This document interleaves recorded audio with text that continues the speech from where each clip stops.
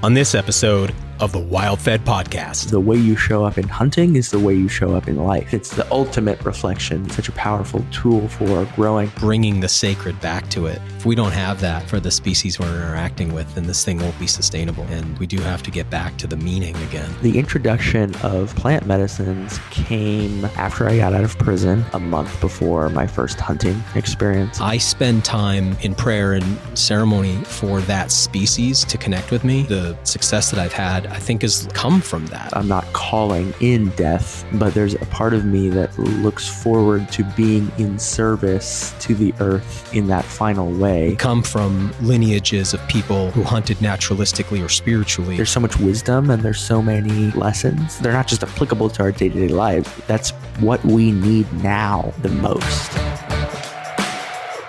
Episode 59 of the WildFed Podcast, The Sacred Hunt with Mansal Denton, is brought to you by Surthrival. Surthrival is your source for clean, high-end nutritional supplements and medicinal foods to build and optimize your health. Vitamin D3, K2, and colostrum to prepare your immune system for flu season. Medicinal mushroom extracts for immunomodulation, elk velvet antler extracts for metabolic optimization and performance enhancement, pine pollen for testosterone supplementation, and a line of potent and truly functional CBD products for the real effects of CBD. Check it all out at surthrival.com. I'm excited to tell you about our new show sponsor, Farmer's Juice. Farmer's Juice Home delivers cold-pressed juices and wellness shots at nearly half the cost of a juice shop, and they stay fresh for over 30 days with nothing artificial added. I recently received a huge box of their organic juices, from orange juice to green juices to wellness shots rich in turmeric and ginger, and I drank them all at an enthusiastic and embarrassingly fast pace. It was like receiving a blood transfusion. I felt so hydrated and refreshed, and I just wanted to keep drinking them. Each of their juices is a full pound of fresh produce with no artificial ingredients, just 100% natural organic plants. Farmer's Juice believes in healthy soil, healthy plants, and healthy humans, and that's why they use organic ingredients sourced from local California farms. They have low sugar and ketogenic options available in both juices and wellness shots, and all their juices cost about half of what you'd pay at the juice bar. Go to thefarmersjuice.com and use the coupon code WildFed for up to $8 off your order and get these refreshing juices delivered right to your door. By the way, I saved the packaging they sent their juices in because they make great coolers if you want to ship foods that you hunt, fish, or forage home from a trip you take or to friends as gifts. Again, go to thefarmersjuice.com and use the coupon code WildFed. I really love these juices, and I think you're going to too. I'm Daniel Vitalis, and you're listening to the WildFed Podcast, a show about reconnecting with nature through hunting, fishing, foraging, and food. WildFed. Food is all around you. Here at WildFed, we're trying to have a new conversation about hunting. Part of the way we do that is by taking an integrated wild food approach, knitting together the worlds of hunting, fishing, and foraging in a more holistic way that isn't just hunting, but is modern-day hunting and gathering. And though our methods are contemporary, we're really inspired by the hunting and gathering peoples of the world whose practices reach back deep into antiquity and are ultimately the source from which we are all derived. But of course, here in the modern world, particularly here in North America, most of us are cultural orphans with only a vague sense of our ancestry and of how to live in right relationship to the earth and the non-human species we share it with. And our wild food practices are taking place in a fragmented ecosystem, in largely denuded landscapes with a suite of species still in flux, both from the very recent Pleistocene extinction event that only ended about 10,000 years ago, and the new extinction event that's taking place right now in the Anthropocene, caused in large part by us. Tremendous habitat loss, massive and widespread plant and animal population declines, exploitation and overfishing of oceanic wildlife from giant whales down to the diminutive krill populations. widespread and persistent chemical, nuclear, and even genetic pollution, and a short-sighted planet-wide industrialization that's taking place with minimal regard for the ecological or biological impacts that it has, or even much thought beyond the current generation of people living today. In that almost apocalyptic environment, I'm grateful that hunting still exists and is, in North America at least, something that everyone who wants to can still participate in. But the context has changed so much that in many ways, it scarcely resembles the practices that built our species. And I don't just mean our equipment or our methods, I mean our approach, psychologically and spiritually. And that brings me to this conversation with Mansal Denton. He's created a program called Sacred Hunting that takes a really different approach than the one we see presented in modern American hunting culture. It brings back something that's nearly absent in our hunts as they're practiced here in the West, or at least has gone largely dormant. Now, we didn't get here overnight. We went from cultures where hunting was spiritual and pragmatic, where there wasn't really any separation between the two. But then with the rise of monotheism, a more dominionistic approach was born, one that saw the earth as the sole possession of mankind, and these cultures domesticated and suppressed those that still had that sacred approach. Eventually, as North America was industrialized, the approach became utilitarian. Animals were seen as resources to be exploited for humanity's elevation above nature. This, of course, as wild animals were fed into the marketplace, led to the loss and near loss of so many species, eventually requiring a new approach. So out of this, sport hunting and modern conservation-based hunting was born, leading us to the hunting culture we find ourselves in now. As many new hunters enter this hunting culture, led here by a deep desire to connect with nature, there's a yearning for a return to something more integrated, something more spiritual. Inevitably, it leads us to look at those cultures that never relinquished their view of the sacred connection between nature and mankind, as we try to reinvigorate our hunting practice with the sacred, a component that seems to be all but missing today. And that's where folks like Mansal Denton come in. In this interview, he and I have a conversation that looks at this missing component and explores what it looks like to restore it. Until we do, I'm afraid that despite our best efforts, our hunting will always have an unbalanced, exploitative element that will continuously engender controversy, conflict, egocentrism, and could, if we aren't careful, lead to the eventual loss due to a perceived repugnancy amongst the population at large of this ancient and all too important human practice. So while this interview goes into territory that's a bit different from a lot of the content we create for this show, I think many of you will find that it touches on something that feels important, even crucial to the direction we are wanting to go. At least it's what we're trying to do in our own way here at WildFed. It's vulnerable, it's intimate, it risks the derision and abuses of those whose egos cover the fears that the loss of the sacred in our lives can create. But it's necessary, especially with a practice that brings us so profoundly close to death. So thank you, Mansal, for braving this terrain. It's time, at least in my view, for conversations like these to start touching the mainstream of hunting culture. There are many of us who feel it, but fear we have to conceal it. But the more openly we address it, the less we'll feel like we have to hide it, and the more of an impact we can have on a practice that, though modern, is the ancestral birthright of all living humans. No matter what race or culture your people came from, we were all hunters, and once, all of our people were sacred hunters. And in a time where logic and reason and pragmatism have led to the near collapse of the natural world, it is, in my view, time that the sacred was restored to its rightful place. Mansal Denton, welcome to the show. Thank you, Daniel. Pleasure to be here. Man, I'm excited to talk to you. You and I have kind of talked a little bit back and forth on Instagram, but this is like our first time really connecting.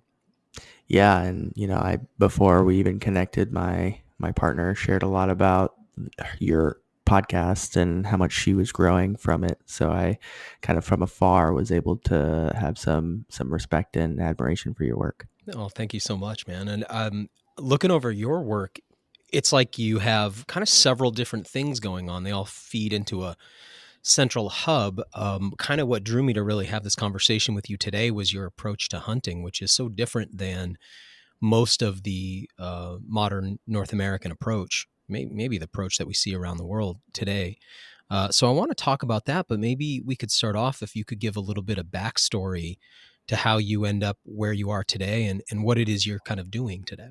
Well, what I'm doing, the organization Sacred Hunting, is the way I describe it is I'm facilitating transformation. And the tools that I use for that, one of the major ones is hunting in a more spiritual context, utilizing indigenous rites and rituals and philosophies. And it is a practice that is, utilized for these individuals and my own personal growth.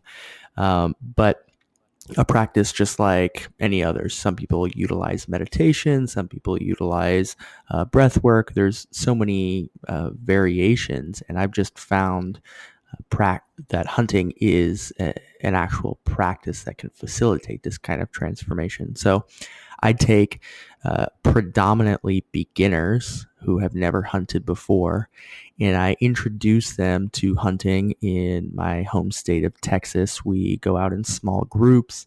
I set the context in a way that is very oriented towards, like I said, indigenous people, and we go through learning, obviously, the practical components of hunting, but seeing it through this lens of spiritual connection to the earth, and even an improvement of one's own like sense of well-being, fulfillment, meaning, and relationship to ourselves. And so it's a lot of transformational work, a lot of healing work, and it is almost exclusively to this point with men. And that's important for explaining where I came from, because when I grew up, I had a lot of questions, I think like many men, about what it actually meant to be a man. And the feedback that I got from the mainstream, society was that men have relationships with women in a certain way, and I found that to be a really at the time I didn't realize the fallacy in it, and so it just led me down some pretty negative rabbit holes, which included a lot of shame and guilt, and it eventually led me to spending time in prison. Long story short, I was chasing a girl and really found myself compromising my morals. And so, as I came out of prison and as I this is so easy, I'm sure, because you've told this story a lot, so it's probably easy to kind of breeze past it. I looked at an article today about what you ended up in prison for. Is that something you're comfortable talking about? Totally comfortable talking about it, but I'll let me close that loop, and then we can go back into it. Okay, great. But the turmoil and the emotional struggle that created for me really led me down a path where I was interested in improving myself and just making better decisions and being more self-aware. And then eventually, finding what it actually meant to be a man. And that came with, men's work like Mankind Project. It came with, a number of other different like healing and like inner work modalities. And it wasn't until hunting that I found something that was really, really an embodied practice that felt like a like something true in connecting with my masculinity. And I then just had, accidental opportunities to bring that to other men. So that's kind of the full circle, but obviously happy to delve into any piece of that that's of interest. Yeah, and I also want to talk a little bit about maybe in between some of this. I think if I understand your journey a little bit, you spent some time in sort of like the biohacking community and were a voice there as well, right? So before coming to hunting, is that accurate to say? Because you did some work in nootropics and things like that. Yeah, absolutely. I spent many years and founded a couple of companies, relatively well known in the nootropics and biohacking space, and it was I don't regret it at all, and it was kind of an early evolution of how to alter my brain and my capacities as a man that obviously evolved to more ephemeral and spiritual paths with regards to hunting and things like that. Mm-hmm. Yeah, I say what I'm about to say with full love and respect for the biohacking community because they've been really kind to me and I've met some fantastic people there. But I've kind of, having spent some time working in that arena a little bit, I kind of came away with this saying, like, you can't hack your way to wholeness. And I think for me, the quest for personal wholeness, I found that idea of like hacking had a lot of benefits initially, but ultimately I found myself really fragmented as I was trying to treat 1,000 little things with all of these different technical approaches, um, and ultimately I think that for some of us, a lot of that stuff kind of falls away as we go deeper and deeper. But can we back up to this idea of going to prison? And can you tell us a little bit about that? Because it's such a profound journey into, I guess if we're going to look at it like archetypically, it's like into the underworld. And Sure. I'm curious about how you ended up there and how long you were there and what kind of impact that had on you personally. Yeah. Well, when I was in my teenage years, I'll try and weave all these threads together. When I was in my teenage years, I lived in a upper middle class neighborhood, and one of the things, a lot of this awareness came in retrospect, but one of the things that was most uh, a challenge for me was my race. I'm half white, but also half Indian, so I'm visibly not white, and I lived in a predominantly white neighborhood. India, And Indian, yes, or from yep, India. okay, Yeah, hmm which is a perfectly good clarification given how much time and like my spiritual lineage is in indigenous culture. So yes, good clarification. Um, so growing up in this neighborhood, that I just had a lot of questions around my own self worth, and as I progressed through high school, I never had any relationships with women, and there was this growing anxiety as my friends started to be sexually active and intimate, and I haven't had those experiences, and it grew and grew as shame that I felt in my younger years and questioning myself and my worth. And you relate that to your racial identity? partially there were other Okay, components as well. and Yeah. which parent was white and which parent was Indian?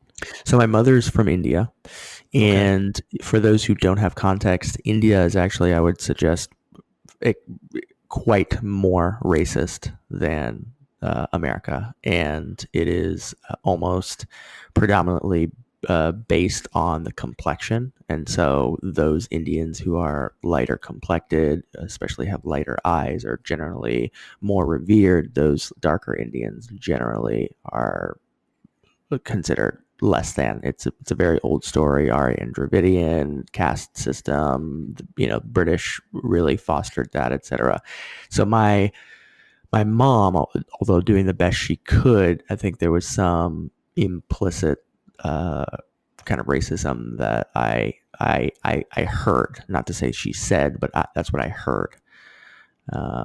And I internalized that. Things like you're if you get into trouble when you're growing up, you're going to have a lot harder time than white people. Just a lot of like disparities that she was trying to come from a place of love and protect me. Like, you have to be on your A game, but also I internalized that, I have to be on my A game because I'm less than them.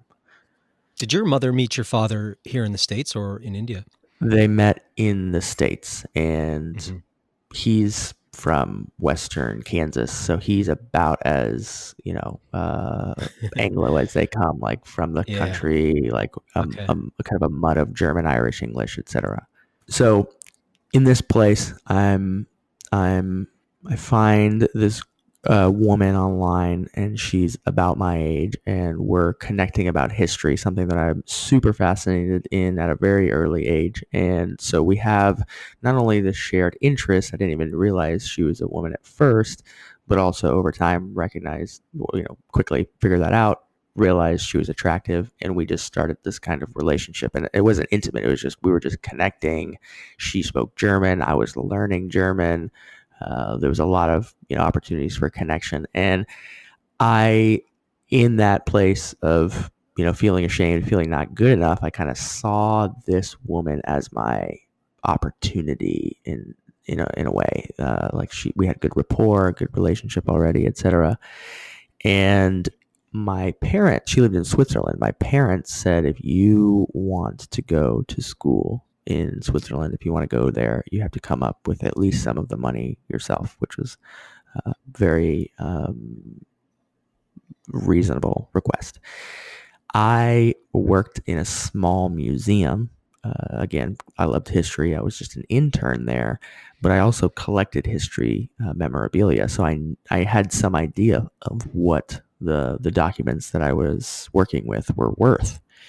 And in that feeling of desire to feel loved, basically of fear and of scarcity of my own worth, I stole those documents when I was 18, 19 years old, and I sold them. And then I went to Europe and I spent 2 years there. Back up. Tell us what the documents are, and can I ask what their value was? Yeah, they're Nuremberg trial documents. So they're man, essentially that's like, heavy, huh? yeah, essentially like, there's probably, let's say there's like some hundreds of lawyers and journalists and everything that were attending the trials, and they all received this brief. And so it's, they're not one of a kind, but they're also like historically valuable, obviously. Mm-hmm. And at the time, I don't know, I think the total was somewhere between 20 to 30,000, which for an 18-year-old, it was significant, and it was enough. This was your ticket to Switzerland. Exactly.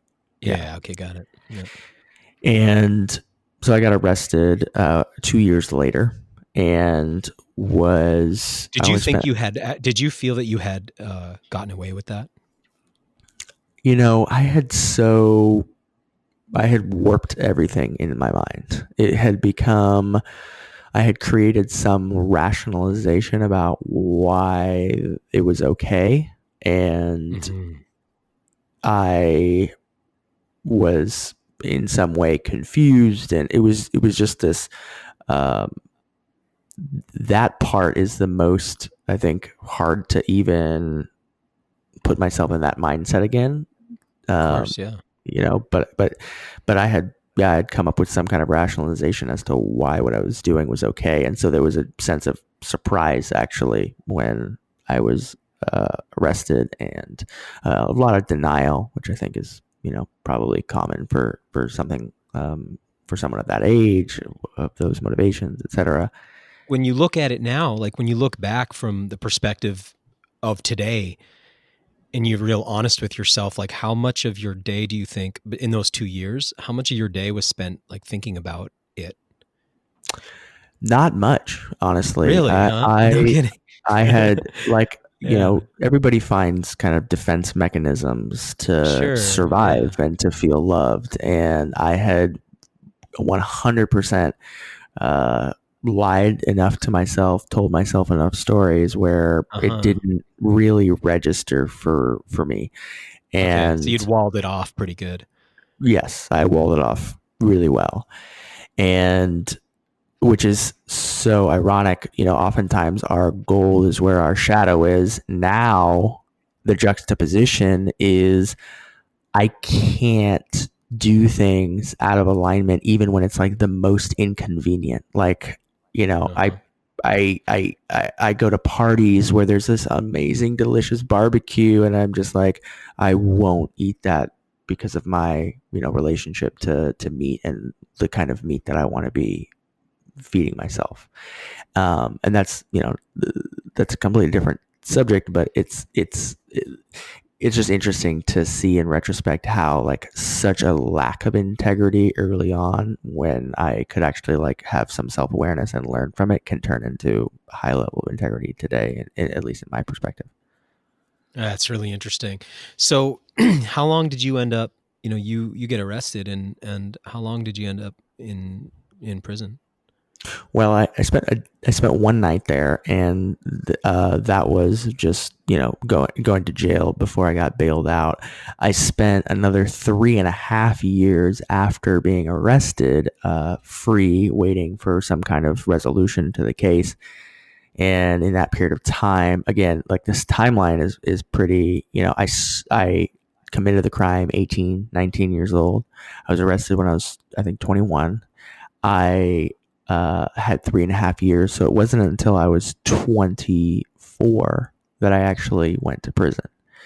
And wow. Yeah. Wow. So a lot happened. I got into the biohacking community. I did 10-day Vipassana meditation retreat. I was already on a path of growth and looking introspectively at myself. So it kind of, going back to the hero's journey, it was very kind of cyclical in a way. Like I had this peak experience that was challenging. One night getting arrested and all the public, the publicity that came with that. And then I grew until prison for 6 months. And then I had, again, to come back out and start that growth trajectory again. But I spent 6 months in prison, and it was all credit to the judge who gave me a sentence that I would, learn from, and at the same time, not ruin my life, because prison was the best thing that ever happened to me. And I spent 6 months there and learned a lot about myself, learned a lot about my behavior, it was a pretty significant trial by fire, so to speak. Two things stand out to me. One is just that length of time, like the limbo time. It makes me think of, you were talking about the hero's journey. It makes me think in the tarot of the hanged man who's sort of hanging upside down by his foot. It's like that limbo place, for all that time. So that sort of sounds like sort of excruciating, and then also gave you this opportunity to find all these tools. But the other thing that occurs to me is how few people probably have gone to Vipassana meditation before going to prison. That must have been a very powerful tool to have in your kit for the time that you were there. Yeah, a lot of the concepts were really important and valuable. I remember, I spent the first 3 months of my sentence resisting. I was resisting where I was. I was resisting not having control, not having any power. I was watching movies and TV in order to kill time. I was eating whatever high stimulation foods I could get my hand on, whether it be cookies or just sweets and things like that. The first 3 months was really not what I would consider my best self. And I had a rock bottom moment, and I shed a lot of tears, and I resolved for the essentially next 3 months, so it was very equally split, that I was not sure how long I was going to be here, but I was surrendered to it. I was going to do everything that was in my power to be the best version of myself. And I remember going to the library. I read so many books. I read The Power of Now, the Ramayana. I read any kind of self-help book that was in that library. I was reading. I was excited about it. I started fasting. I started working out every day. I started eating, essentially eating the best I possibly could, eating like tuna and sardines and things like that in order to be as healthy as possible. And I owe a lot of that to the work that I got to do before I went into prison to prepare me, and obviously that became a huge part of my life that remains today. Is just an example of a time in my life that I feel very proud of, where the external circumstances were completely the same, but my internal response to those circumstances was polar opposite. And then what happens? So you get out. You must have had sort of like the rebirth experience as you came out of there. What happens next? Well, as far as my personal relationship with, shame and sexuality and my masculinity is concerned, the rebirthing process came shortly after prison. So, to give you context, I was still a virgin at 24, still hadn't had any sexual relationships with women. And most of that I now see was me essentially self-sabotaging myself. And so had a couple of sexual experiences relatively quickly after I got out of prison. One of them I got kind of heartbroken about. And what came up was how much shame I had around my sexuality, how I had never shared that with any human. I had bottled it up. I didn't share it. I pretended that I had, been with women. I lied, whatever I needed to take, but I couldn't let anybody know about it. And there was a point where I realized in that heartbreak that all of this shame, like not being able to talk about it, not being able to just process it, is what put me in prison in the first place. And I just started, short of screaming from the rooftops, I just started sharing with friends. I started being more open. I went to called New Warrior Training with the Mankind Project, which is I think a nonprofit or an organization that helps facilitate men's work and as a rite of passage. And so I started to do men's work and started to be a part of a men's group in my town. I started, opening up with different practices like authentic relating and circling and acro yoga, and all of these were healing in different ways, but that was very much a pivotal point to recognize that I was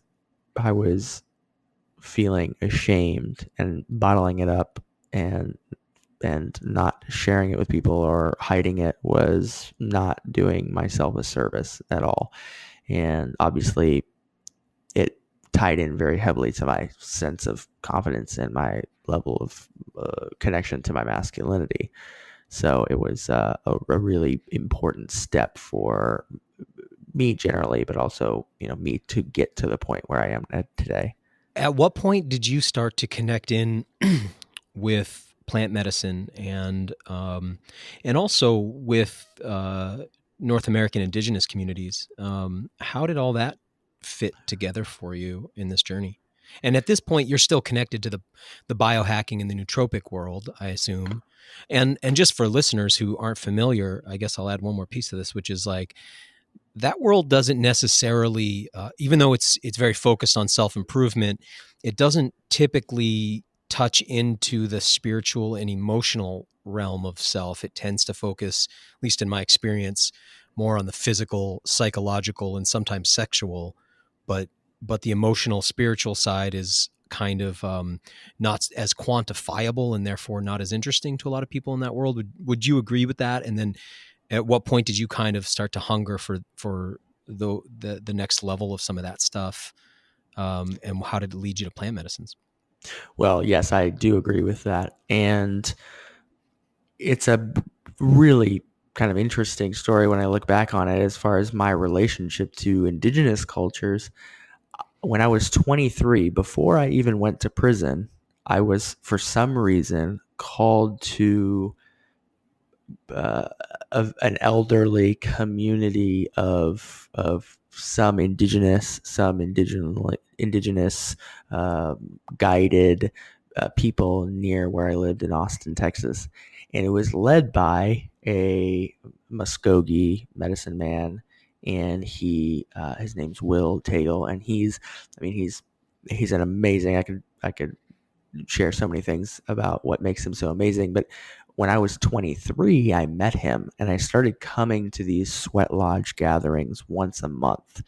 And at the time, in retrospect, I see now how I was I felt a little bit alone in college. I was 23. I was looking to improve myself. Everybody around me was partying. I didn't really feel called to that. And so I was eagerly going Saturday, mornings once a month to these sweat lodges. And I started to develop a relationship with this spiritual teacher. And so I've been working with him for 7 years. And so I started very young. I honestly started before I even knew what was calling me there, so to speak. And I think a lot of that seeded, in my awareness, different eco-spiritual relationships, if you will. And they were all kind of present, but I don't think it wasn't embodied. It was something that was a little bit more intellectual for me, and I'm really grateful that I went so early, because that kind of intellectual relationship seeded a lot of the groundwork that eventually became one of the most impactful and pivotal relationships in my life, which is still to this day Will. And the introduction of plant medicines came after I got out of prison, and I saw them and learned about them as a tool for personal growth. And that was the context I learned about them. I never learned about it in the context of partying. Thankfully, I only learned about them in the personal growth arena. And I dabbled a little bit, but it wasn't until, I was in my, I think say 25 or 26 that I had my first significant ayahuasca experience. It was a week-long men's retreat. And that was, a really, really pivotal point for me, because the plant medicine was, it was so strong. I had done enough interpersonal work that I was open to receiving what would come through that. And it just so happened that was a month before my first hunting experience as well. So that's Okay. yeah. So for me, like, plant medicines and hunting actually go very hand in hand, because of my own personal experience, which was accidental, but it was the most profound and trajectory changing experiences of my life, for sure. I want to say this thing, and I'm just curious if you can relate to it at all, or if it makes sense for you. But my own experience has been, because I also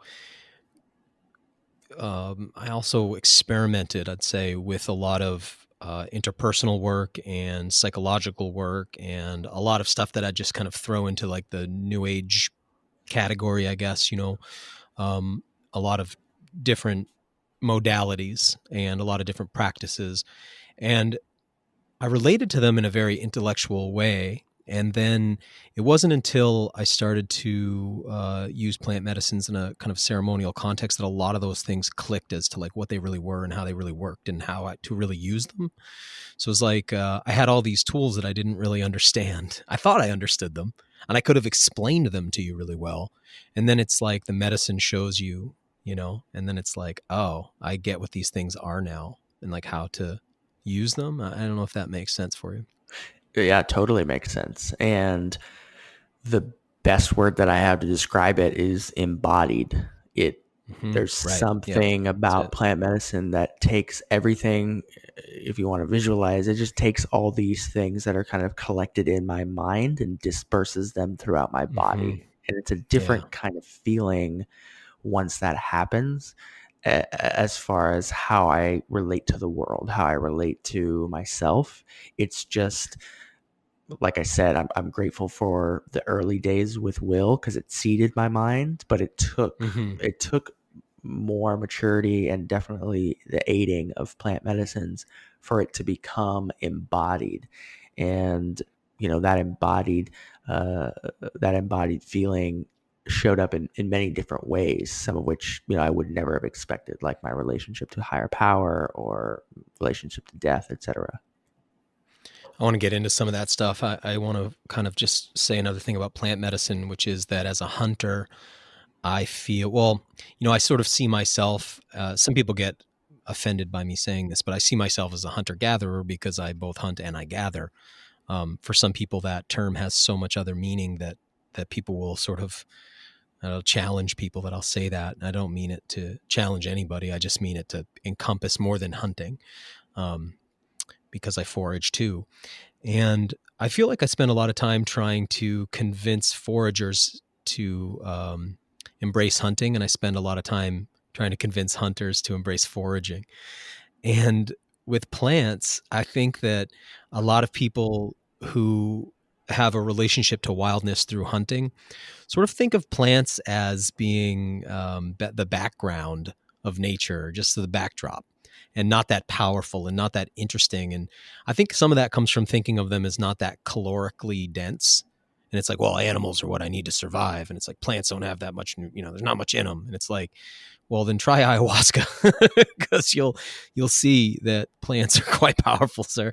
I think when you've had those experiences, the realm of the plants comes so alive for you, and you understand that there's so much teaching there, just like, there is in the pursuit of animals as a predator too, but plants are these primary teachers. And I think it's something that I wish many hunters could have an experience with, because I think, and we'll get into hunting here, I think, in a minute, but I think it would change the perspective and the approach that they take to hunting so much. So I'm curious how I'm curious to hear about your first hunt, but also how your previous experience, this one you just told us about with ayahuasca, impacted your approach to the hunt. Yeah, great question. And I am happy that there's another kindred spirit as far as having a relationship with plants. I sometimes I feel alone in my perception of the world around me, because hunters, they may know the plants as much as they need to for the practice of hunting, but oftentimes it ends there. And there's so much richness. There's so much that I personally learn from plants and just in observation, and not even just medicine, not even just hallucinogenic plants. I recently did, this is another topical conversation, but I recently did a dieta, which is a process that indigenous people in South America use to connect to the spirit of a specific plant. And oftentimes those plants don't have any psychoactive effects whatsoever. And, the tangible or quantifiable value that comes through that is kind of irrelevant to me, even if it just allows me to see something of my own intuition in that quietness. Then I'm stoked to have a relationship with that plant. What plant were you dieting on? It's called Chiricsanango. Can you tell us about it? Yeah, Chiricsanango is a flower in Peru. It's purple, white flower, and although most dietas are non-psychoactive, Chiricsanango is psychoactive. So it is, you do feel a physical sensation, but it's nowhere near like psilocybin or ayahuasca or anything like that. But it's your body's processing a toxin in a way, and so it takes some getting used to. And there's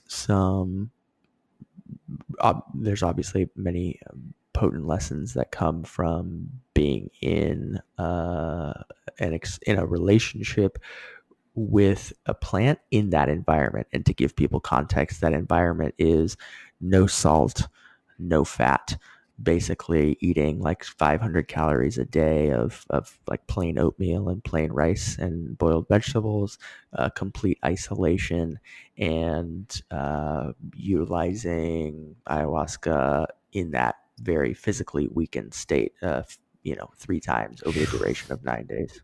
So yes, it is. Plants can be Yeah. knock No meat you. during this time, right? This is Correct. yeah, Correct. right. So I think it's like in that state, you're obviously hyper aware, like there where your entire life is depending on those plants and your psychological state's depending on those plants. And obviously rice is a plant and oats are a plant. You look at the world too. I mean, you just step back and you look out and it's like, you look at these plants that are influencing society, like, all the plants that are used to ferment into alcohol, plants like tobacco, plants like coca, plants like the opium poppy, that have plants like sugar cane, where you see these incredible, powerful impacts on society to this day, and somehow they are below the baseline of people's awareness, functioning in the subconscious. Plants like maize that have become sort of the root of almost everything Americans are eating. I mean, these plants are all there with us culturally, but somehow people tune it out and are like, I don't know if people just think these things arrive at the supermarket from a factory or something, then they don't understand that they're rooted in the ground somewhere. But I imagine with the dieta, you become intensely aware of more than just the plant at a pharmacological level. But did you feel connected to this plant? I won't try to pronounce the name, but did you feel connected to this plant at a I obviously on a spiritual level, obviously, but I mean more than that, like the consciousness of that plant? Yeah, I I oscillate back and forth between, what is my own intuition in this moment. My relationship with that plant will be different, many years from now than it was in this specific moment. And so how much of that is me and how much of that is a plant? It's really hard to it's impossible to put into words. There aren't words for some kind of feeling of connection to a plant. But, to answer your question simply, yes, I felt a connection to the consciousness of that plant. And I think to speak to one of your, questions around the two sides of plants or animals, I think there are those who have had enough experiences, whether they be with plant medicine or just are in life, where we recognize this connection to oneness, or this connection to as the Lakota say, mitakoyasin, everything is connected. All my relatives are connected, and that includes the inanimate and the animate, not just the plants, but they believe the rocks are holy. The what we consider dead, aspects of this earth are alive. They have their own sentience and their own consciousness, and it's really I can even sense that my rational mind is kind of laughing at myself as I say this, but my experiences are such that I have felt the truth of that. And that's, Yeah, I would second that. yeah. And that completely changes your, approach to things. And that's a big part of my work, is facilitating that experience of oneness and recognizing that it is easy with animals to see how interconnected we are because of how much they look like us. Sometimes it's harder with plants, but ultimately that is a pervasive part of my life because I have felt that before. It's unfortunate because the culture today, like you were talking about the rational mind sort of laughing at this, and you're talking about it in yourself, but obviously that extends out out into the world at large. And so you have people who operate only from the rational mind who might deride those kind of ideas, and yet those same people are recognizing what they like to call the climate crisis, which is so much more than a climate crisis. I mean, we're talking about many crises stacked and layered together, and they have to do with habitat and biodiversity and the impacts that we've had by not approaching the world in that way. So it's really interesting to me that people will sort of laugh at an idea like that, and yet are unable to see that the crises that they're facing are the result of not having that mindset. Because when you look at the peoples of the world, and they tend to be the so-called uncivilized peoples of the world who have that mindset, it restrains the exploitation of their environment, which doesn't mean they don't exploit their environment, because they very much do and did, but there was like a restraint there that came from respect. And when that's lifted and pulled away by shutting off the spiritual and emotional centers such that only the mind is perceiving the world, then we're free to exploit things so fully that we've now found ourselves in this place where, our future is so uncertain. And so I don't know if that makes sense, but it's just interesting that we can both laugh at it while panicking about the crisis that laughter and derision has created. Absolutely. And that's where I feel so blessed to have what people call the red path or the red road laid before me before I even came to hunting, before I even, came to plant medicine, because for me, there's so much truth in that embeddedness that indigenous people felt. I mean, the word indigenous literally means of the place. There's no separation between nature and the people. They were of the land. And there's a connection there that feels true, and it feels more of the solution than anything else that I've found as far as the concerns that you brought up. When it comes to modern day hunting as it exists today we'll talk about, the United States and Canada, because we share collectively the North American conservation model. So when you look at it here, I wish I could remember the name of the author. It's not coming to me right now, but I've been reading this research he did in the late 1970s and 80s, that he was sort of breaking hunters down into three groups. I don't know if you've heard this. It's really fascinated me. And I think there's more. I think we could break this down further, you and I, but he breaks it down into three groups. The largest group he called Dominionistic, and those were hunters who hunted for sport and who hunted for the expression of dominion over the landscape and over animals, and as a way of, proving themselves or validating their ego. And so animals become sort of part of that ego validation. And they tended to be the biggest group of hunters. And then the second group was smaller, and that group he called utilitarian, and they hunted for food, but they tend to see animals and as resources exclusively. So for food, but also for other utilitarian properties. So like that type of a mindset allowed for like the industrialized whaling, for instance, where it's like their whales were here as a resource for people for oil and for baleen and, those kind of things. Then the third group, the smallest group, he called naturalistic. And those were people who hunted as a way of feeling part of ecology and connecting to place and connecting to nature. But of course, like I said, that was the smallest group.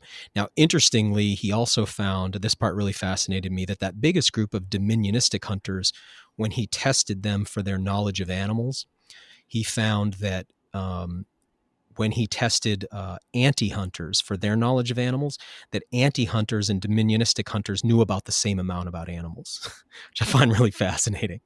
And then when he looked at the utilitarian hunters, he found that if he tested their knowledge of animals, they were about equivalent to backpackers.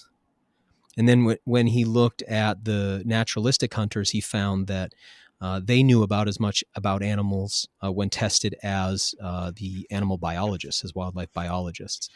So when I look at the world of hunting, I think when I initially felt drawn to hunt, it was a very conflicting thing, because most of what I saw was dominionistic hunters, and I don't relate to that. However, I found those people to be very valuable mentors in getting me to a place where I can eat wild game the way that I'm able to now. but I haven't been able to relate to that. I can relate a little bit more to the utilitarian hunters, but I find there's like a lack of the spiritual connection there. And then, more and more I connect in with those naturalistic hunters. I think there's a level beyond that, which is more of how we were just talking about the indigenous hunting and gathering peoples of the world perceived it, which goes past just connecting to the landscape and goes into a spiritual realm. But I'm curious how all that lands. Have you heard that before? How does it land? And then for you approaching hunting, you seem to be coming from this other end of the spectrum, which is like the smallest. You don't see that represented when you go to Cabela's. You don't see it represented at Bass Pro Shop. You don't see it represented in most of the hunting media or magazines. It's a very fringe group of people who connect with hunting. So you'll hear things like, well, hunting is ancient and we've always done this and we all come from hunters. And it's like, we do, but we don't all come from dominionistic hunters. We come from lineages of people who hunted naturalistically or spiritually. And now that's not very well represented amongst hunters. So just curious how all that lands. And then as you came into hunting, it sounds like you came in from this spiritual and naturalistic side. So I'm curious to hear more about that. We'll get right back to the show in a moment. But first, I want to tell you about Clear Light Saunas, the sauna I use here at home. It's a feature-rich infrared sauna, and they have models for every size home, whether you live in a small apartment or a big old farmhouse.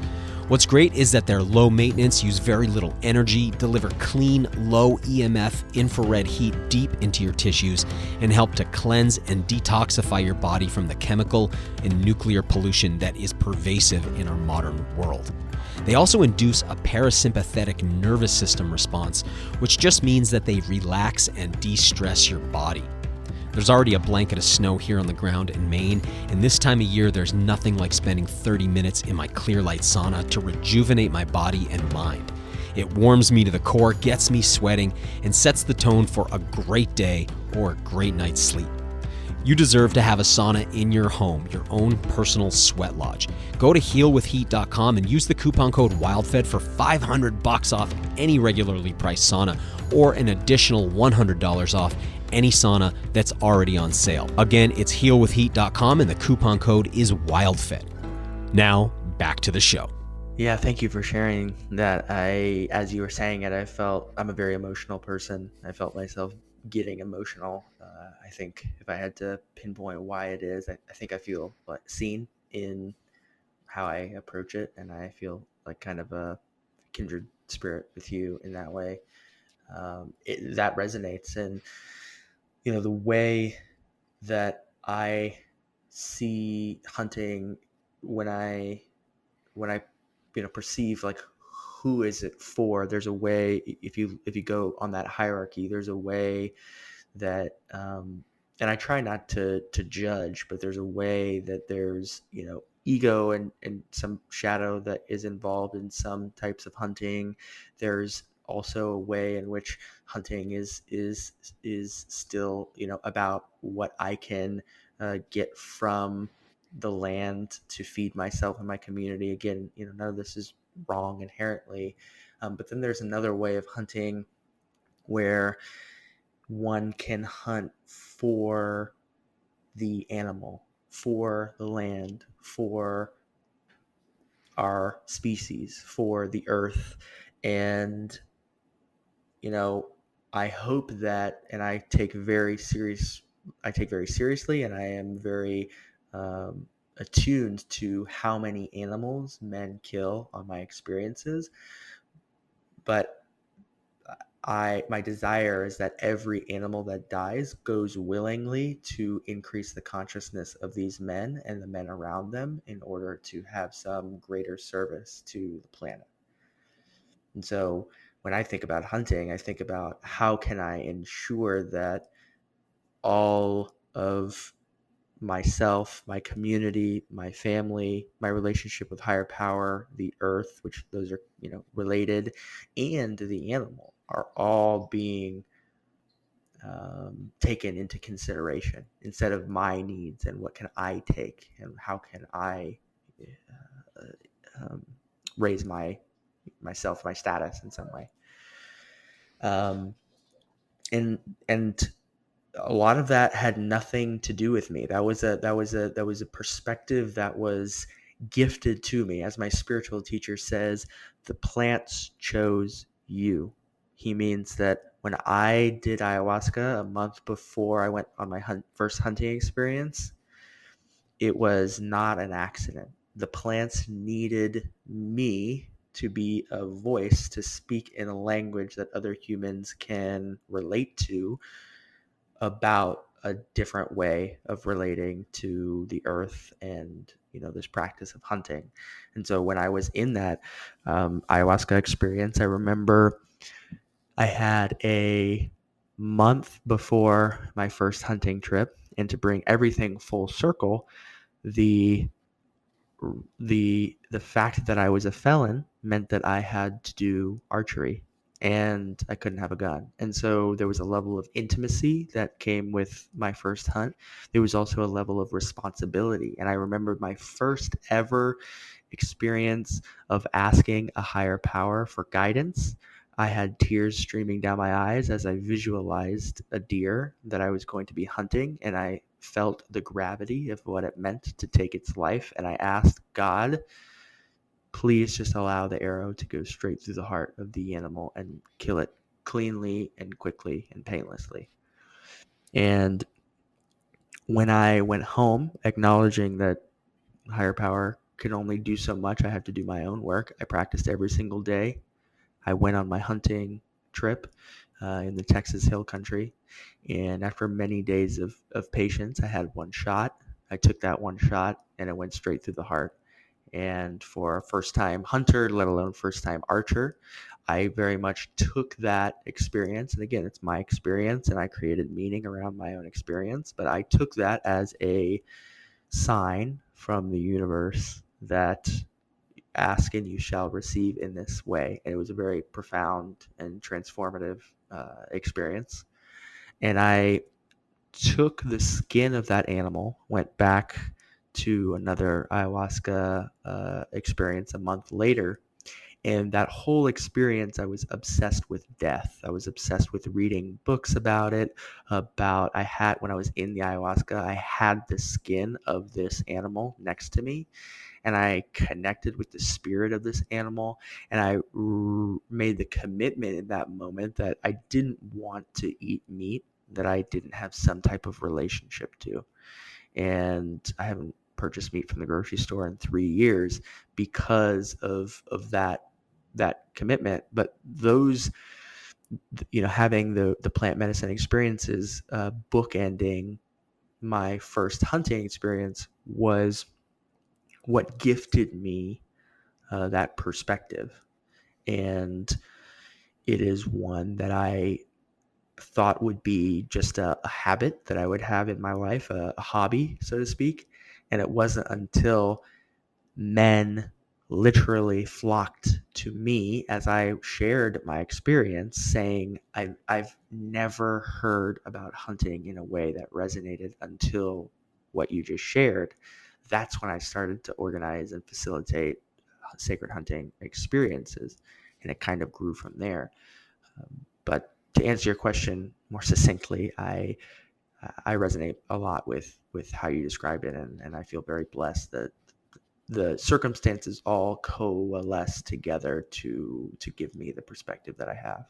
I just want to say congratulations on not having to purchase meat. I've been really blessed in the same way. And lest anyone's seen me at the supermarket, I'll admit I've bought ground beef for my dog a couple of times. But but we've been blessed with a huge variety of meats too. And I think before I harvested my first deer, I harvested my first bear, and so I've had this relationship with black bears now for several years, and harvested a bear or sometimes two bears every year.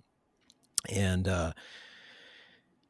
I was at Moon Dance with my wife, who's a pipe carrier in the tradition, and we were in Quebec, and I got to speak to some elders there before my first bear hunt. And they gave me some simple suggestions about prayers and ceremony to do, and I did those things. And I appreciate what you said before about like how we assign meaning to our experiences, but I don't want to live in a world where I can't assign meaning to my experiences.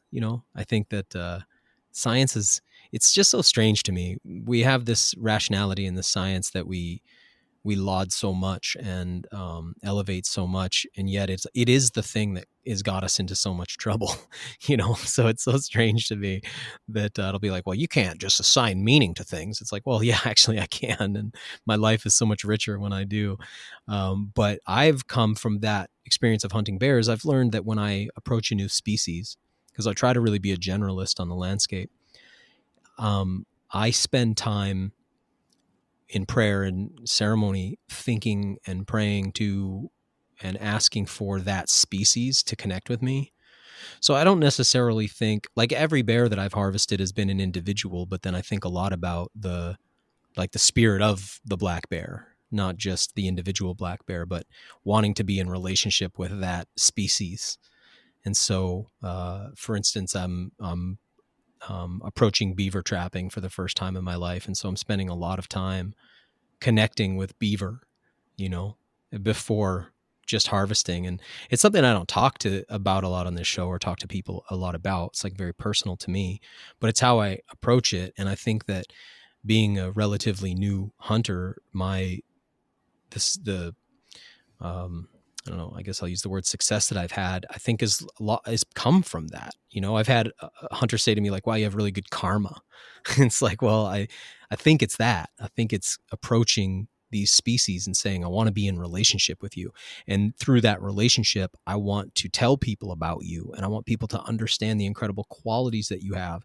And I want to be a spokesperson for you in the world. And I want to be an ambassador to others, particularly when an animal has, one that people think of as a nuisance or a pest or a problem or a predator or whatever it is that they have negative feelings about. And I like to reframe it for people like an ambassador. And I think that nature responds to that, so I just kind of want to share that and say that, this piece about harvesting your own meat, I would say that I'll eat meat at a restaurant, or at a friend's house or something. So I'm not, super, super strict about it, but at home I am. That's all we cook at home is the meat that we harvest. And that's really radically changed my relationship to the world. I'm curious about, because you have referenced men's work so much, and there's a very strong and growing community of female hunters. And I'm wondering, particularly as the world gets deeper and deeper into woke culture, if you've gotten a lot of pushback about that, because I don't assume that you are excluding women from your worldview of hunting, but do people feel that way? And have you had people who get upset with you because this is something you do with men? Yeah, I'll answer that question. Let me first touch on your spirit of the animals comment, because I feel that's important. I think there's some cool nuggets that I think you'll appreciate. So in Lakota, the term for prayer is wachekia. Wachekia literally translates to seek connection with, to develop a relationship to. And so when you are in prayer with the spirit of an animal, you are seeking a relationship to it. You're creating a connection to it. And I think anytime there's an opportunity to create connection, it is of value in our lives. And I resonate with that concept. I have a Texas hognose snake, and I have 2 cats, and I have these animals because I connect to their relatives, the mountain lion and the rattlesnake, which are the predators, the apex predators that I share space with when I hunt. And I ask them for wide berth. I ask them for permission to be on space with them, on the ground with them, in order to have that connection. So I find a lot of closeness in that relationship and in fostering that. To answer your question, I have not had any pushback whatsoever about the way that I approach the work, and I think honestly a lot of that just has to do with how I approach it. I don't have any I notice this even with vegans and vegetarians. I mean, I cannot tell you the number of people who don't have a similar view as me, but they have like so much respect and they don't have anything negative to say about the work that I do.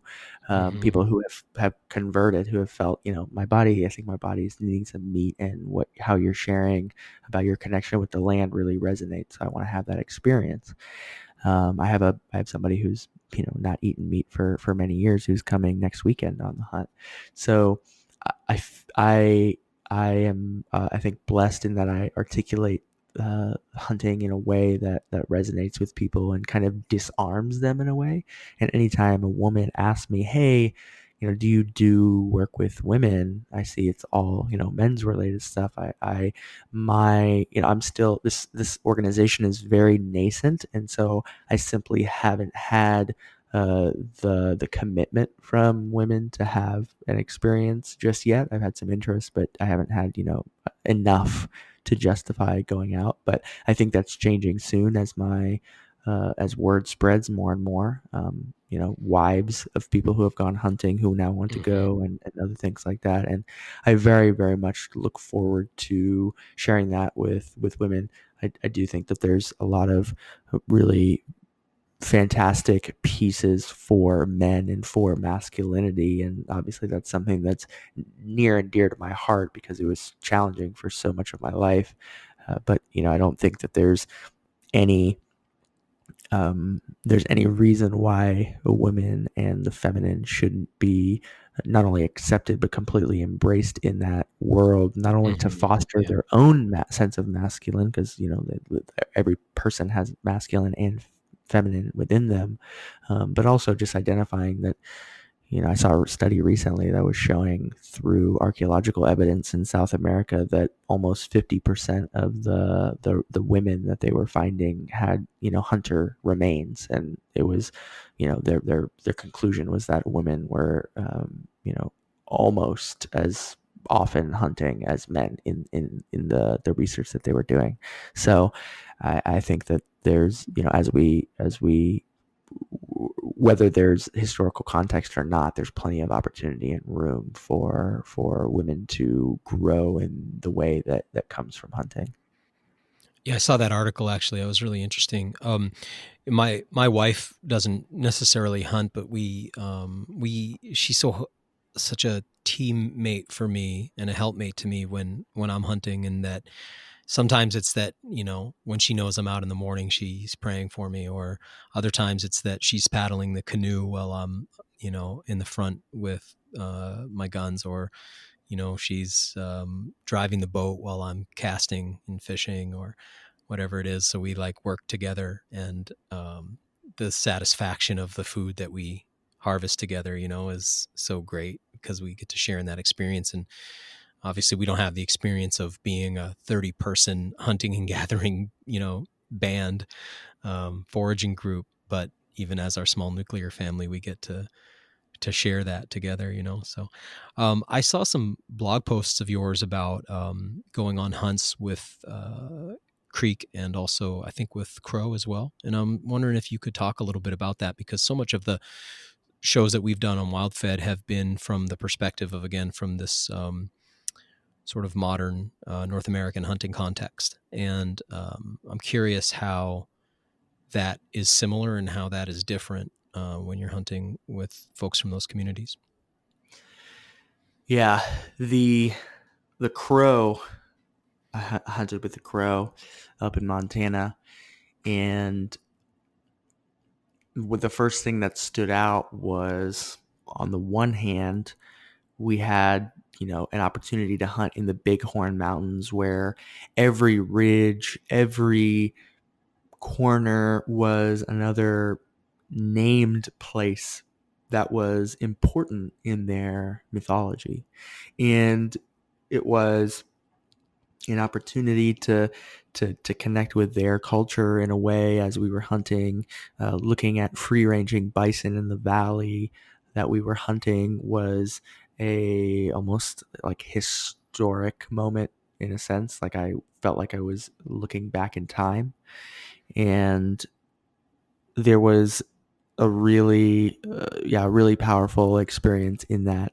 And it was juxtaposed with a lot of, on my part anyway, sadness around the type of food that they ate in their camping situation, in their home, the way that they lived. It was such a reminder for, what all has happened to those people, and and and really a gratitude for hunting as one of the ways in which they have maintained their culture. I mean, it's one of the only things that I could point to in my experience with the Crow. And I spent time with Sundance chiefs. I spent time with some of the most revered elders in the Crow tribe, and to see how hunting is essentially like the one thing they have left is both sad and encouraging at the same time. And so it was an eye-opening experience. It was a really enjoyable one. I'm glad I have that relationship, and it actually gives me a lot of motivation and inspiration to continue the work that I'm doing, because of all the pushback that I've gotten for sacred hunting, some of the most that I've gotten from people is about my, like, whether I'm co-opting or utilizing Native American. Appropriating is the word I'm looking for. Exactly. Appropriating other cultures. And I always have had a perspective that I check in with myself. I check in with myself first and foremost. Where is it coming from in me? And then I make my decisions based on that.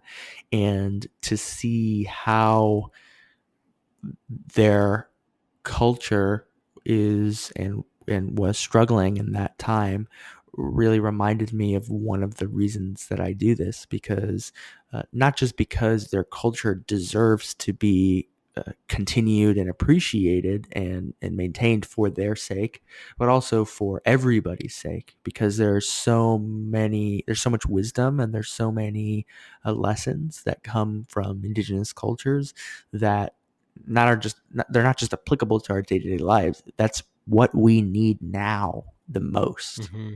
in order Right. to have right relationship with our environment. And so it was both sad and inspiring to me that this is the path for me. And I can't tell you, I was sharing with somebody yesterday, one of my close friends, he doesn't have a huge spiritual relationship in his day-to-day life. He's very quantifiable, very much a biohacker, and yet when he came hunting with me, he learned a new way of being in relationship with the land. And now he's been on 3 separate hunts with me. So he's, very much indoctrinated in my view of hunting. And so to see him go from his day-to-day, very like highly quantified life to on his knees, touching a tree and praying because of the context that he arrived at hunting, is a continuation of those cultures, Mm-hmm. and I'm very proud of that. I sometimes wonder if the kind of things that we're talking about here became more mainstream and comfortable to talk about in the hunting community, if we would see that some of the people who have been hunting their whole lives, who might appear from the outside to be those dominionistic or utilitarian hunters, would in fact be more like this, but that there's not really an outlet for expressing it in the communities and cultures they're part of. Because I've found that a lot of the men that I've hunted with who are very stoic about it, or who act very dominionistic about it, but in the moment of the kill or just after, you see this thing kind of wash over them, and it's sometimes very rapid, but this deep connection that I'll see. And then it's almost like it's not comfortable to talk about. So it quickly goes back to the regular barroom banter type stuff. But I wonder, like, if we can open this space up more, if there's more people who actually do feel this way, and if modern hunting looks the way it looks largely because of cultural pressure and repression. You know, I don't know if you've seen that or if you even hunt in those kind of communities at all. I think most of my hunting mentors, I felt from early on wanting to learn to hunt, and particularly because my interest was in wild food. And so, like, when I find foraging mentors, usually the people I meet on the plant side of things are pretty tuned in and connected to nature in a spiritual way most of the time.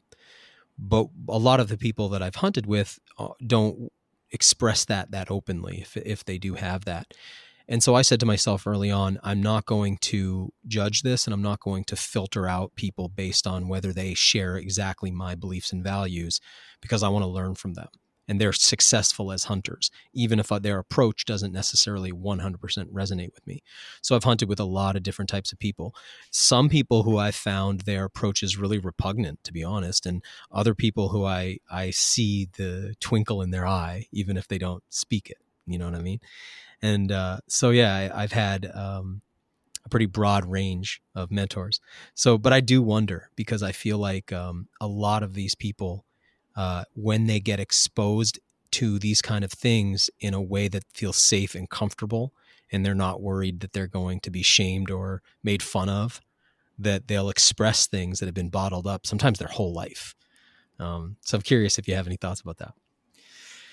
Yeah, I think our relationship to nature is a reflection of our relationship to ourselves and to our intimate relationships.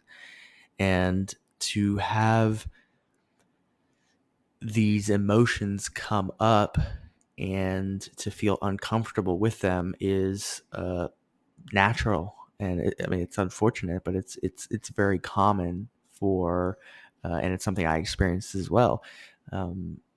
Having the emotions, having it come up in some way, but not knowing how to express it, not feeling like it's safe to express it.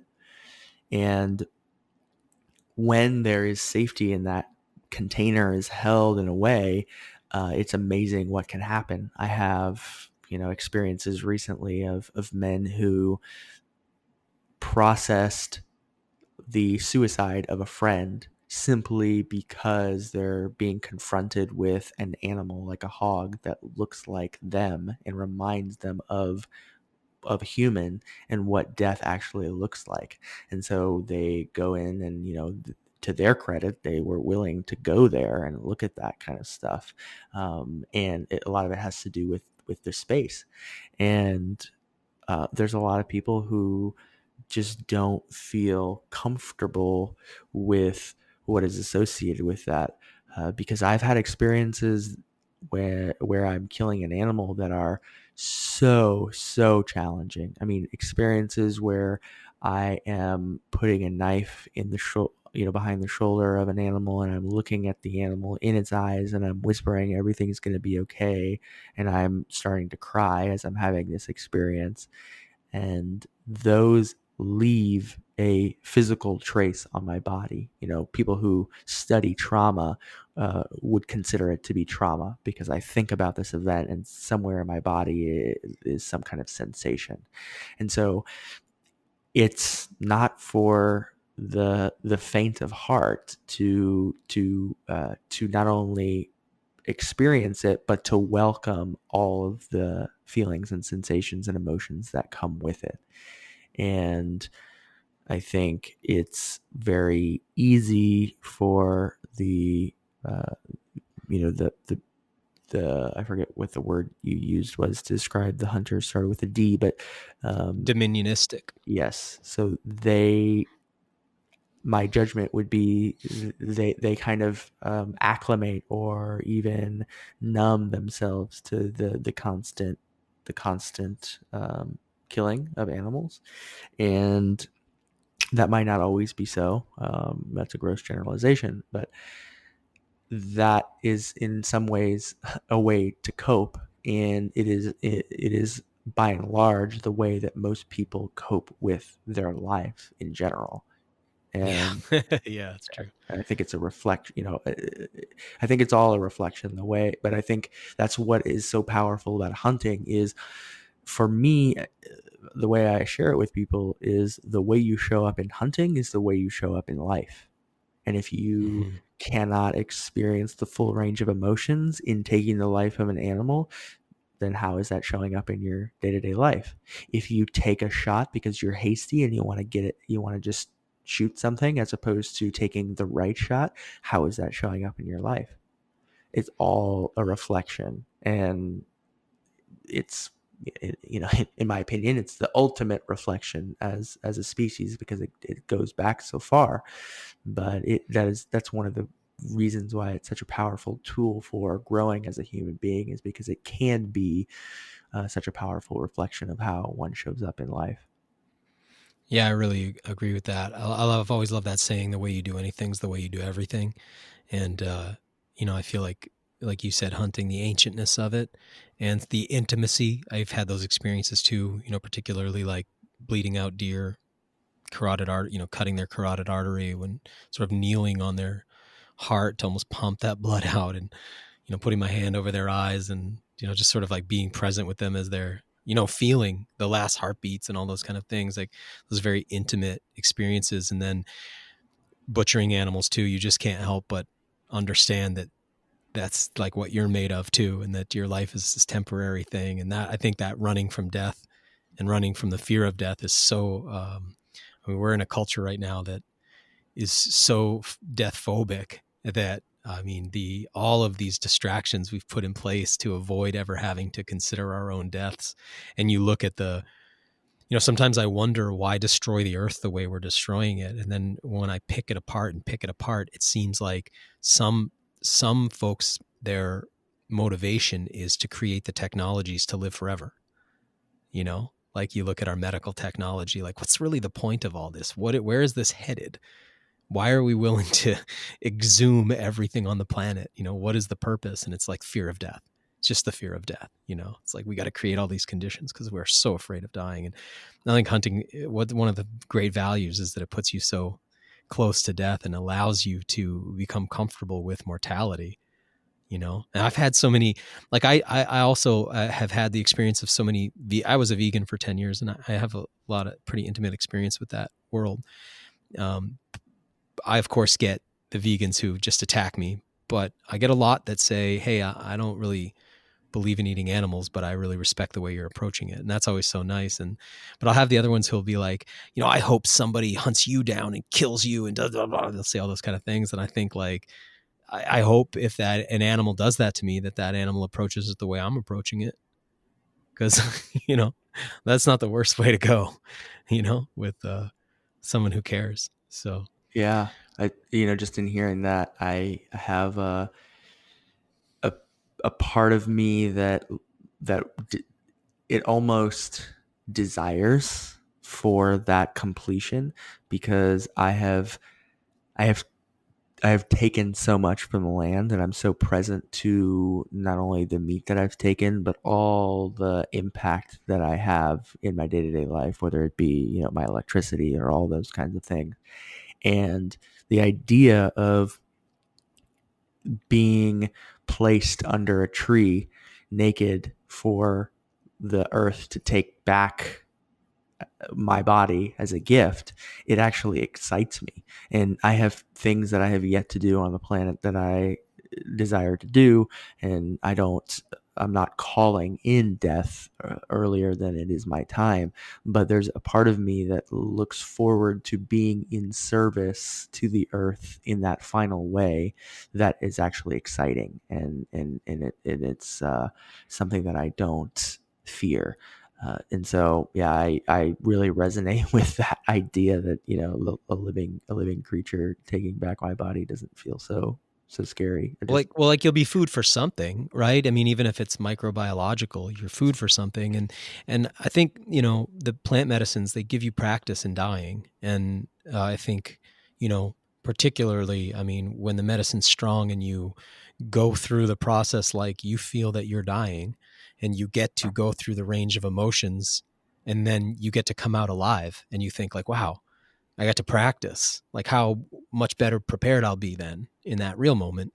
And then I also just want to add this one more thing about the fear of death, which is like this thing of pumping the body full of formaldehyde and putting it in a casket, or burning the body to ash, in full respect for, people's funerary rites and all. But I always feel like these are ways of cheating your body going back into the ecosystem, right? It's like nothing gets to eat me. Like whether it's microbes and fungi or worms or whatever it is, I'll burn my body so you can't eat me.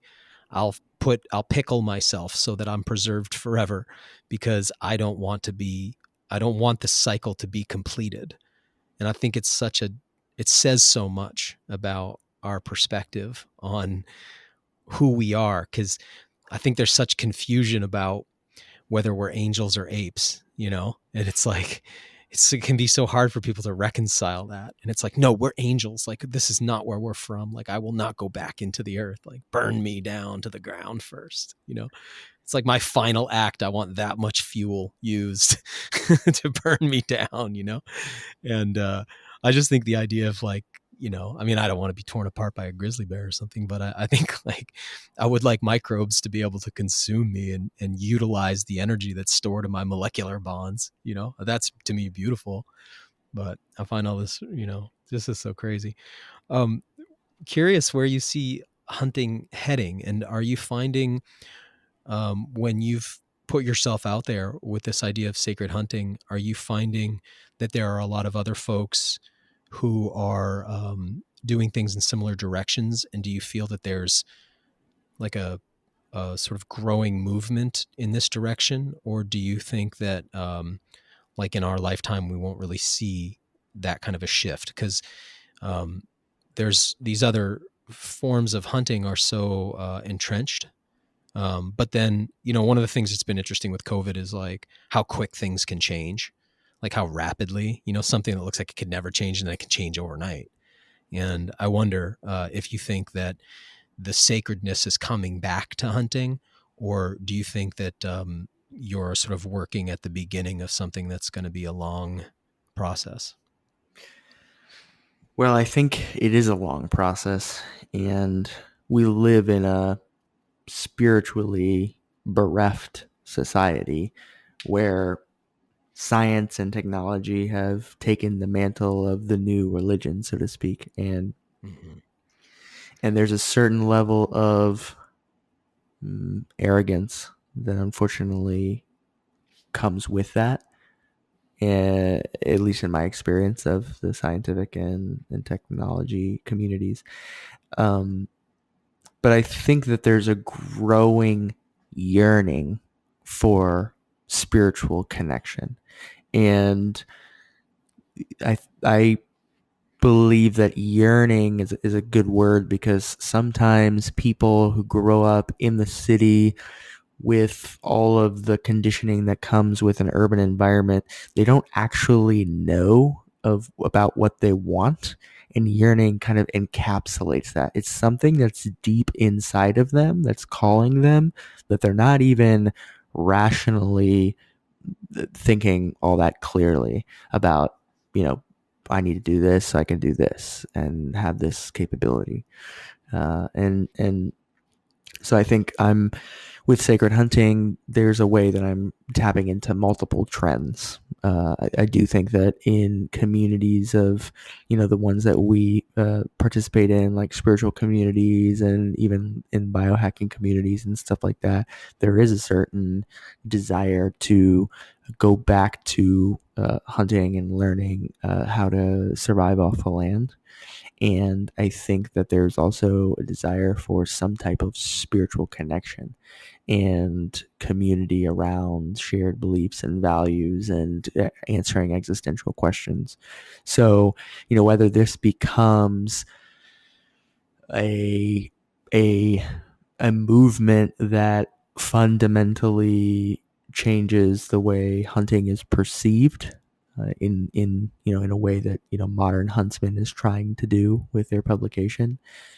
I don't know, but I very much view my project from the perspective of winning hearts and minds one person at a time, and helping facilitate the transformation towards a deeper connection with oneself, with the earth, and with the food that they eat, and all that comes with that.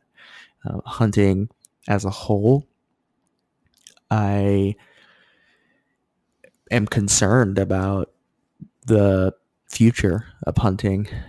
We've seen numbers declining, except maybe in some cases this year. We also I am also very present to the fact that most of the work that I do in hunting is made possible by people who are hunting for trophies. For they're putting tens and $25,000 down to hunt a specific whitetail, and that kind of margin allows a landowner to maintain the pristine land. And when I go and I hunt, I take people hunting, mostly it's for doe or pigs or stuff like that, and the landowners, they couldn't survive on that kind of thing necessarily. And so it's kind of a catch-22 where this kind of shadowy behavior, in my perception, that shows up in the hunting world, is actually still paying for and facilitating a lot of the wild places that we have. And inherent in that is a nod towards the incentive structures that we have, where we don't decide that the wild and the planet are important because that's of value. We unfortunately protect things because of the value to us that is withheld therein. And Yeah, that is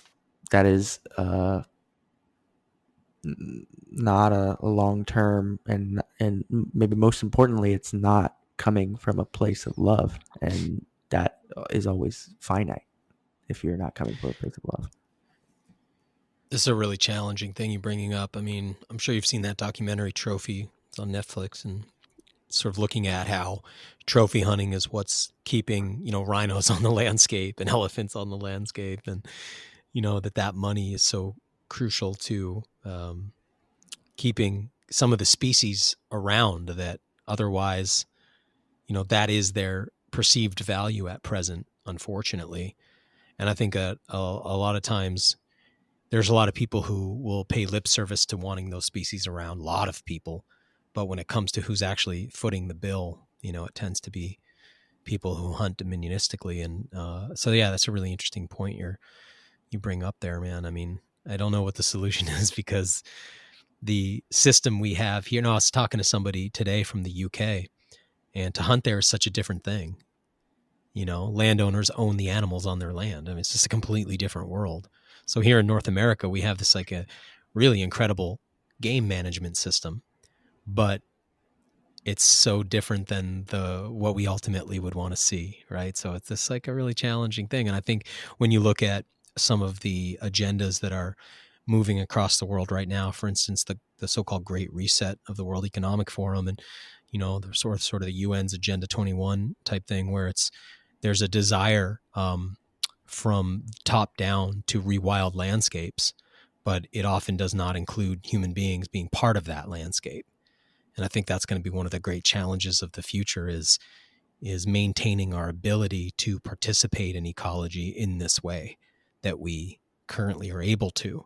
So part of me gets concerned about the system we have changing, because I'm afraid that what will replace it might look better to the average environmentalist, but to a person who wants to participate in the landscape, it might not be better at all.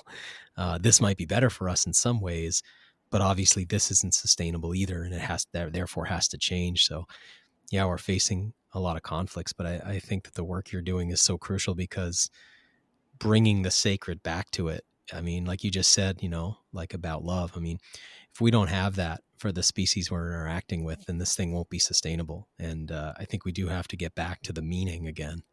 And, the being a good sportsman's not enough for me. It's just not enough. But I'm wondering if you can tell us about the documentary that you're a part of and give us a sense of where your work's headed in the future, and talk to us about how people can get involved and see more of what you're doing. Sure. Yeah. And, I have to just reflect that I resonate a lot with your perspective and how you're sharing as far as, the future of hunting. And the documentary came from some of these commitments that I made around my food and my relationship with death. And again, another synchronicity from, sign from the universe.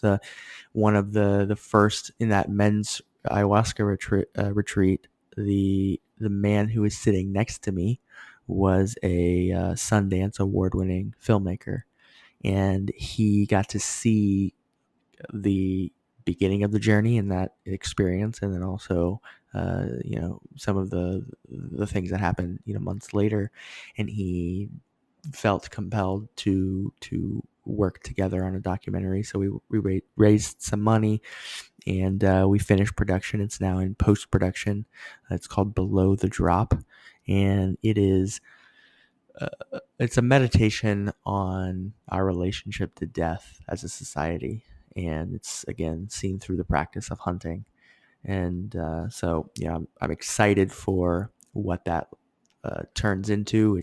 We've got such an incredible series of filmmakers, people who are involved in Jiro Dreams of Sushi and Free Solo, and so I'm really excited about putting a new conversation into the world around hunting that I think a lot of people can resonate with, especially in a post-COVID world where we've all been faced with a different relationship with death and forced to look at our own mortality, the mortality of our loved ones, the systems that are collapsing around us that we rely on for food. So when that releases, I am unsure, just because Hollywood, but it's in the works. Yeah. And I'm excited for that. Do you know yet where it will live, or is it too early to say?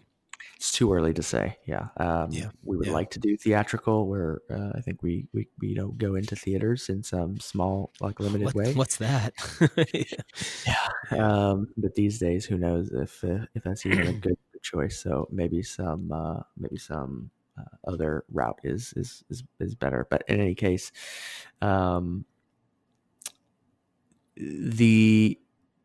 what was the other question? What were you talking about? Just my... if you could just tell people, for people who have been hearing about sacred hunting, how do they get involved there and maybe work with you on a one-on-one level? Sure. Yeah. Well, I, of course, visiting sacredhunting.com is the simplest way to kind of see what I'm doing, why I'm doing it, and how I'm doing it. The bigger vision for me is working with the government to create a nonprofit, to create a church around the work that I'm doing, facilitating this kind of transformation, fully protected and as a nonprofit, and most importantly, leveraging that to have partnerships with land that serve as an inspiration for other models, to really be in what I judge to be in right relationship, and to kind of create a new story around being in right relationship with land.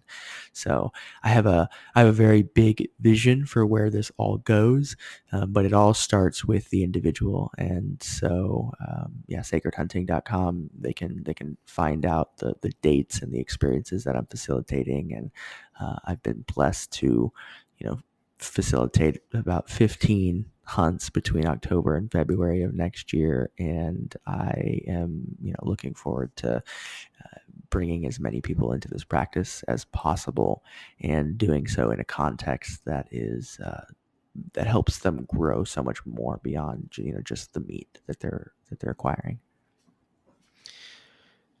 Mansal, thank you so much for this conversation today. We talked about a lot of things that I don't talk about on the show very much. I take a sort of slightly different approach in my public, in the conversations that I have in the public sphere.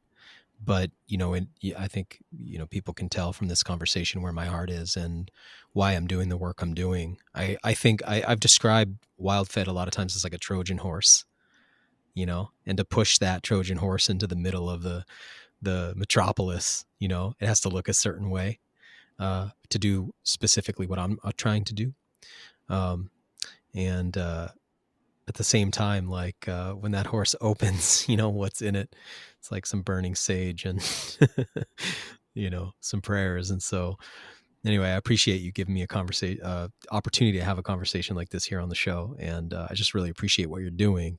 And I'm just grateful to know that, you're out there doing this work. So yeah, thank you so much. And is there anywhere else that you want people to find you or connect with your work?